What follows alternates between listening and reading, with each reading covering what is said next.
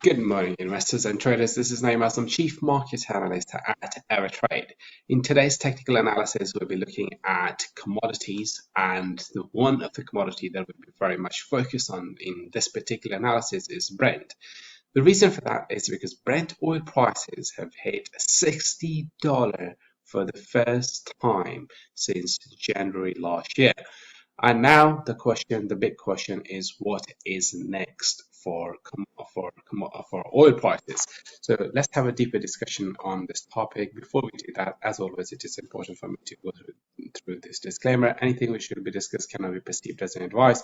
If you are seeking for one, please do consider consulting with your own financial advisors. Now, the chart which is in front of you, this is Brent oil's daily chart. And on this chart, what we are seeing is three different moving averages. Number one is your 50-day simple moving average, shown in pink. Followed by that is your 100-day simple moving average, and finally your 200-day simple moving average.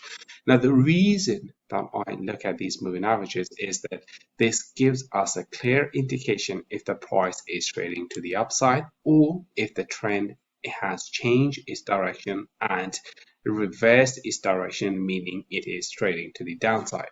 Now, for instance, the price crossed above all of these three moving averages. We can clearly tell that the price is trading to the upside. The trend is to the upside. Over here, when the price dropped below these moving averages, we knew clearly that the price is trading to the downside.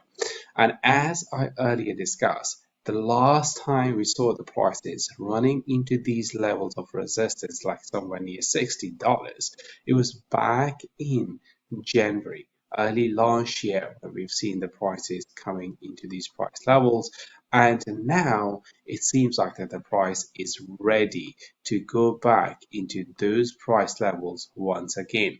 And when we zoom in a little bit more in terms of price action and then see what exactly is happening, we can see that when the sell-off started to happen back in January, we had this gap between this candle and that candle, which was never sort of filled in fully. And now it is very likely that this could be the area where the prices can actually retrace once again as well. Now, if I look at the price action now, you can see very much so that the prices have been trading to the upside, obviously, for the last number of days, and now they have entered into that important area of resistance. Now, the likely chances are that the prices will reverse their direction from this particular price area. So the one particular trade under the current circumstances could be that you may want to take a short trade given what the price is doing, and then you want it to be very, very careful in terms of price action. Now, what do I mean by that? What do I mean by that is wait for the prices to form a high. So then basically, let's say that with the moment that we see a wick forming, like a wick like this one, like over here, the candle doesn't have to be red. The price, all what it needs to do is it can form a wick like that. The candle can still be green. So for instance, we have a candle like this, or we have a candle which looks more like this. The moment that we see any of these, this candle, that candle forming over here, right now you can see that the price has moved away from the highs of the day. All what we have to do is the next day we can start to look for a short trade, because there is no doubt that after 1, 2, 3, 4, 5, 6, 7 days of consecutive days of gains, uh, there is a retracement due. So all what we have to do, even today, even tomorrow, all what we have to do is place a stop loss right on the highs of today and then look for that short position. Now, another way of doing that, it could be that we can go into smaller term time frame, such as your 4-hour time frame, and then maybe start looking for a trade within that particular zone. Now, what I mean by that is let this candle finish, and then you could place a stop loss by picking the high of this particular candle and then start looking for a retracement.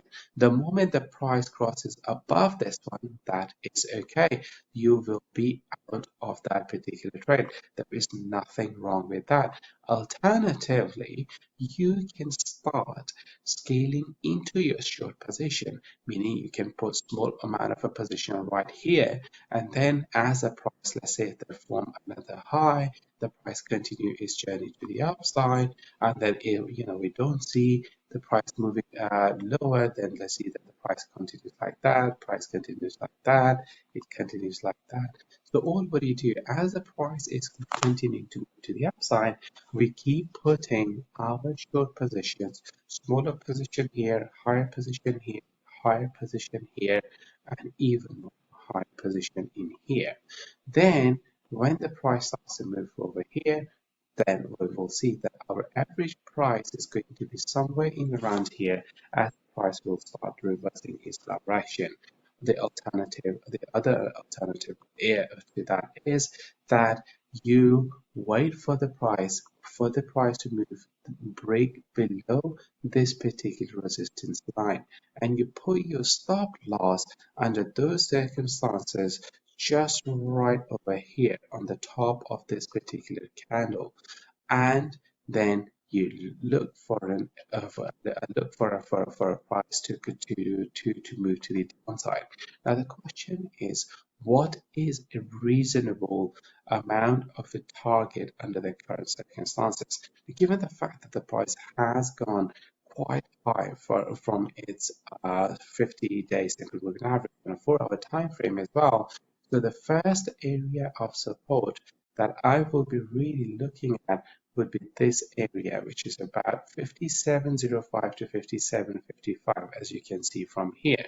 So that is the first area. So what you are really pretty much looking at is this is your risk, and then let's say if the price continues to all the way to the upside, but we are not really going to do that.